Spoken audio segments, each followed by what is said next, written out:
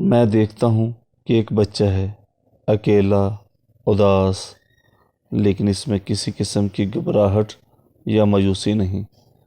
وہ بچوں کی طرح نہ بےتاب ہے، نہ بے چین اور نہ ہی بے فکر۔ بڑی عجیب بات تھی، لیکن وہ بچہ اتنا اکیلا بھی نہیں تھا۔ اس کے ارد گرد ہجوم تھا، اور یہ ہجوم بڑے انسانوں کا تھا۔ اس سارے ماحول میں وہ بچہ اکیلا تھا، کیونکہ اور کوئی بچہ نہ تھا۔ میں یہ جاننے کے لیے کہ وہ کون ہے اور یہ سب لوگ کون ہیں جو اس کے ارد گرد جمع ہیں، اور یہ میدان کون سا ہے، اس بچے کے قریب گیا، اور اس سے پہلے میں اسے کچھ پوچھوں وہ خود ہی بولنے لگ گیا۔ یہ مزید تعجب کی بات تھی۔ اس کے انداز سے یہ محسوس ہوتا تھا کہ یہ یا وہ مجھے جانتا ہے یا میں اسے جانتا ہوں۔ میں نے مزید تجسس کا اظہار کیا تو بچہ بولا، بے صبر ہونا اچھی بات بھی نہیں۔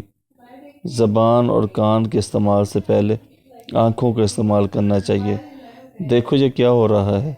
یہ سب لوگ ایک ہجوم ہیں اور سارے کے سارے تنہا ہیں۔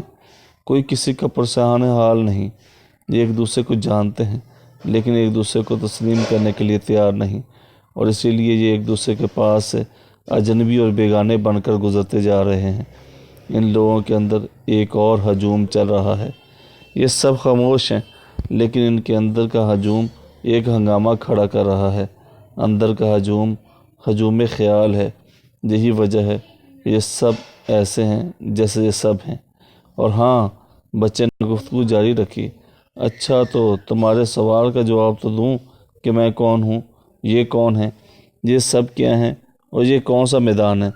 تم نے اتنے سارے سوال کر دیے، مجھے جواب کی مشکل سے دوچار ہونا پڑا۔ بچے کی باتوں میں کہیں کوئی بچپن کا تاثر نہیں تھا۔ اس عمر میں وہ ایسے تھا تو ویسی عمر میں کیسا ہوگا، میں سوچنے لگ گیا۔ بچے نے میری حیرت کی پرواہ کیے بغیر اپنا بیان جاری رکھا۔ وہ کہنے لگا، یہ سب میرے رشتہ دار ہیں، میرے عزیز ہیں، میرے ہی ہیں، میرے ہی تھے۔ کل تک یہ سب میرے ساتھ تھے۔ ہم سب یہاں ساتھ دور ایک گاؤں میں رہا کرتے تھے۔ یہ لوگ آہستہ آہستہ ایک ایک کر کے مجھے چھوڑتے چلے گئے، اس وعدے کے ساتھ کہ وہ جلد واپس آئیں گے، لیکن وہ اس میدان میں آ کر سب کچھ بھول گئے، بلکہ ایک دوسرے کی پہچان تو کیا، خود اپنی پہچان اور شناخت بھی بھول گئے۔ شاید واپسی کے وعدے اور واپسی کے راستے ہی بھول گئے۔ ان کے اس دیس میں اب میں اکیلا رہتا ہوں، اور میرے ساتھ ان لوگوں کی یادیں رہتی ہیں۔ ان کی یادیں اب پرانے کھنڈرات میں چمگادڑیں بن کر الٹی لٹکتی ہیں۔ وہ صرف رات کے اندھیروں میں نظر آتی ہیں۔ یہ لوگ بڑے بڑے کشادہ ماحول کو چھوڑ آئے ہیں، لیکن ان لوگوں نے مجھے کبھی یاد نہیں کیا۔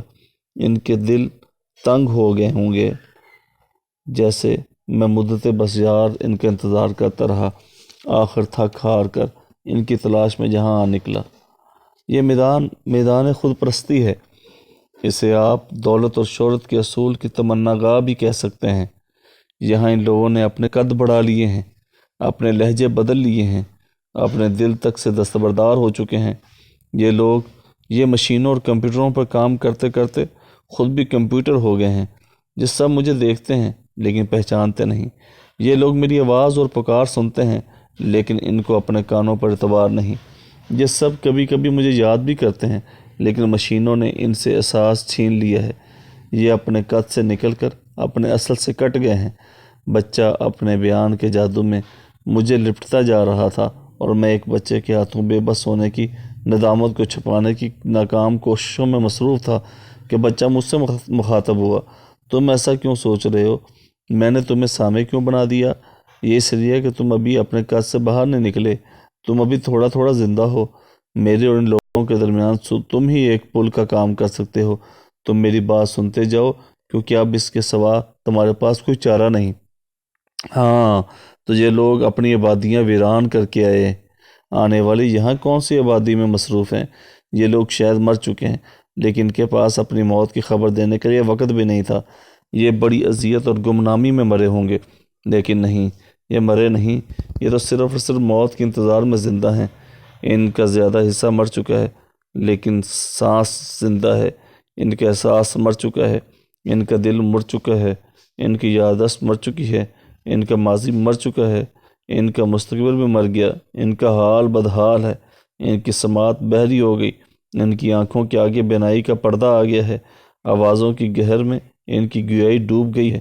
یہ سب لوگ کسی نہ کسی کے نہیں ہیں، یہ اپنے بھی نہیں ہیں، یہ محبت نہیں کر سکتے، یہ صرف اور صرف مقابلہ کر سکتے ہیں، اور آخری مقابلہ موت کا مقابلہ ہے۔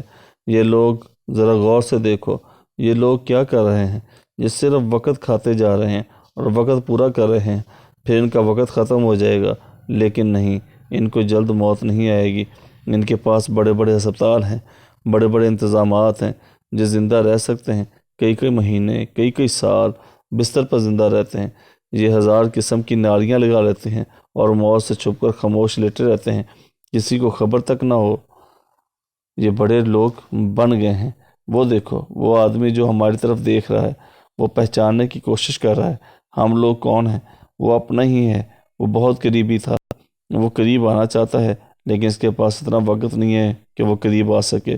وہ پہلے سے طے شدہ پروگرام کا غلام ہو چکا ہے، اس کے پاس اپنے ماضی سے چلنے پھرنے کا اختیار نہیں۔ وہ ایک صاحب ایک مرتبہ آدمی ہے، اس کے پاس اپنے لیے بھی وقت نہیں ہے۔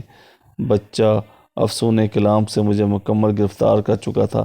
میں نے اس سے آزاد ہونا چاہا، میں نے چاہا کہ میں اس کی باتوں کو سنا نہ سنا کر کے بھاگ جاؤں۔ بچہ بولا، تم مجھ سے آزادی نہیں حاصل کر سکتے، تم مجھ سے آزاد نہیں ہو سکتے، تم بھاگ نہیں سکتے، تم میرے حلقہ تاثیر میں ہو۔ یہ دیکھو تم خود کیا ہو، تم غور کرو، تم میری طرح بنتے جا رہے ہو، تم خود ایک بچہ ہوتے جا رہے ہو۔ لو یہ دیکھو، تم میرے جیسے ہو گئے ہو، لو تم میں ہی ہو گئے ہو، اب میری کیا ضرورت۔ یہ کہہ کر بچہ غائب ہو گیا۔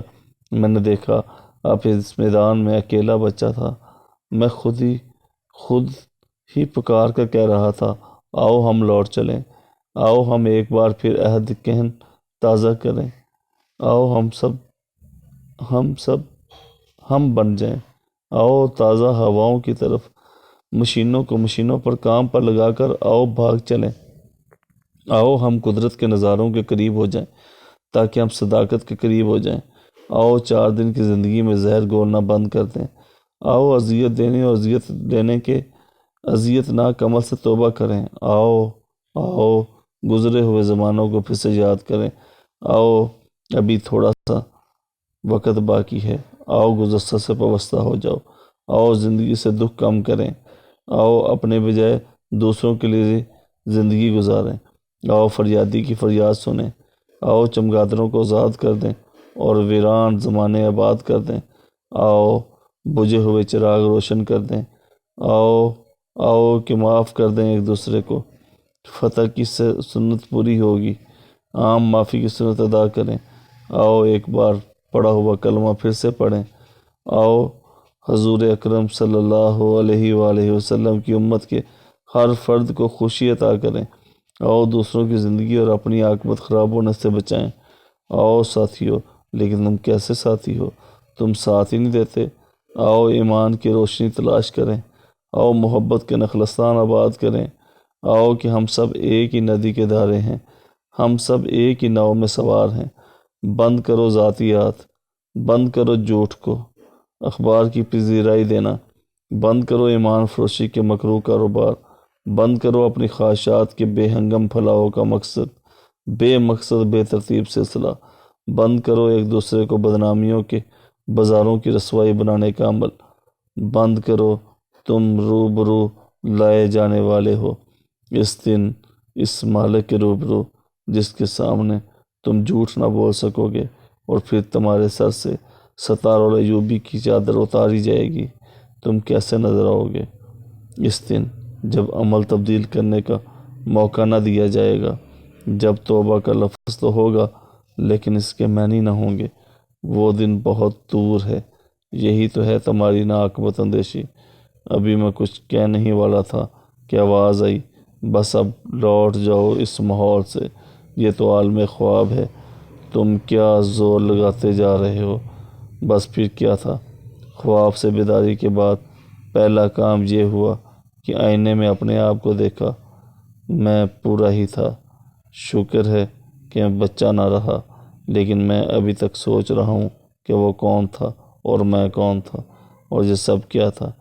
کیا یہ واقعی محض ایک خواب تھا؟ اس طرح کی مزید ویڈیوز کے لیے ہمارے channel the message T V کے ساتھ جڑے رہیے۔ ان تمام احباب سے گزارش ہے کہ جو ہمارے چینل کو پہلی دفعہ دیکھ رہے ہیں وہ ہمارے channel the message T V کو سبسکرائب کر لیں، ساتھ میں بیل آئیکن دبا لیں تاکہ ہر آنے والی لیٹسٹ ویڈیو ان کو بر وقت مل سکے۔ ویڈیو کو لائک کیجیے گا، شیئر کیجیے گا اور کمنٹس باکس میں اپنے کمنٹس لازمی دیجیے گا۔ ان تمام احباب کا شکر گزار ہوں جو ہماری ویڈیوز کو لائک کرتے ہیں، شیئر کرتے ہیں اور کمنٹس باکس میں ہماری رہنمائی کے لیے اور ہماری ویڈیوز کی بہتری کے لیے گئے بگئے ہمیں اچھے میسج اور کمنٹس بھیجتے رہتے ہیں۔ اپنے میزبان خالد بخاری کو اجازت دیجیے، ملتے ہیں ایک نئے ویڈیو کے ساتھ۔ تب تک اللہ نگہبان، فی امان اللہ۔ السلام علیکم ورحمۃ اللہ وبرکاتہ۔ انگنت لاتعداد درود و سلام آقا نامدار علیہ الصلوۃ والسلام اور آپ کی آل اطہار پر۔